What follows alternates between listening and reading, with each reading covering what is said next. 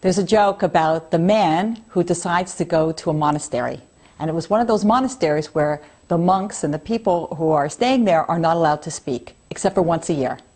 Once a year, they can say 2 words. Can you imagine?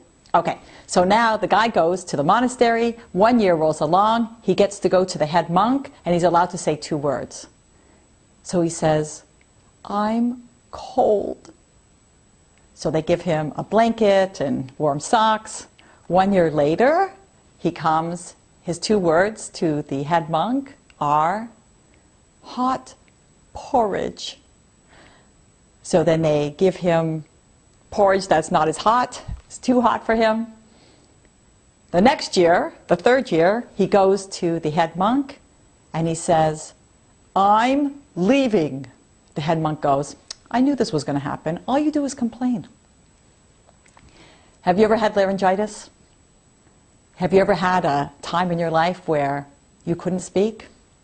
It's happened to me a few times in my life. Well, the Torah actually teaches us that it's good every once in a while to do a fast of speech. Just like a few times a year we take a day where we don't eat or drink, the Torah says that it's good to take upon yourself every once in a while a day where you don't speak. Can you imagine? Why would the Torah teach us such a thing? Why would we be instructed that it would be a good self-growth not to speak? Well, I have to tell you, the times I did have laryngitis where I couldn't speak, you had to do a lot of listening. Sometimes we waste a lot of time. Sometimes we don't use our speech properly. Sometimes we hurt people with our speech. And sometimes we're really not listening. Imagine what it would be like. I'm going to give you a suggestion or a challenge.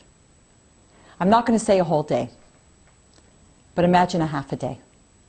Just decide for a half a day, you're not going to speak. Just listen.